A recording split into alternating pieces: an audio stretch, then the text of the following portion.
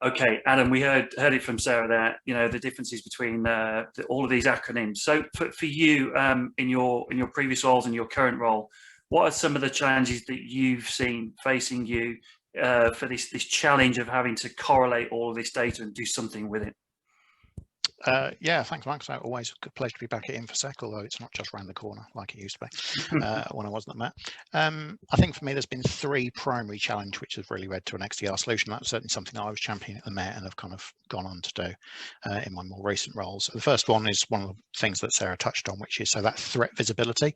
So certainly what we find is that if you look at organised criminal groups, kind of hostile state actors and some of those other kind of high value players, the threat that you're facing isn't limited to a single component, and therefore anything where you're trying to get a point solution to respond to it ends up being able to only respond to a certain set of signals or characteristics. And effectively you kind of miss the bigger picture, and therefore whilst you're busy trying to do containment in one area, you're busy losing another effectively. So that's that kind of first piece around giving you that kind of visibility and transparency into your environment. I think the second key concern is just around speed of response.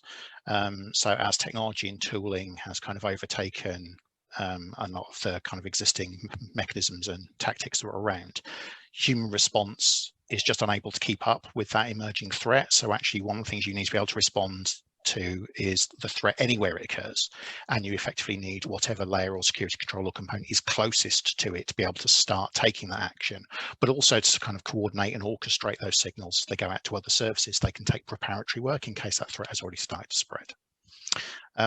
The third thing for me, actually, which is rather to present itself as an opportunity as much as a threat, is that we're always looking for teachable moments. So you're kind of looking for how you can build your resilience, even as part of that response exercise when you're dealing with it. And actually, one of the things that XDR really gives you is that richness of information that you can give to end users, engineering teams, the ops function, and kind of bringing those pieces out of the kind of security function itself to kind of support the entire organization, and absolutely be able to drive through those, how you respond and how you improve, not only now, but for future occurrences.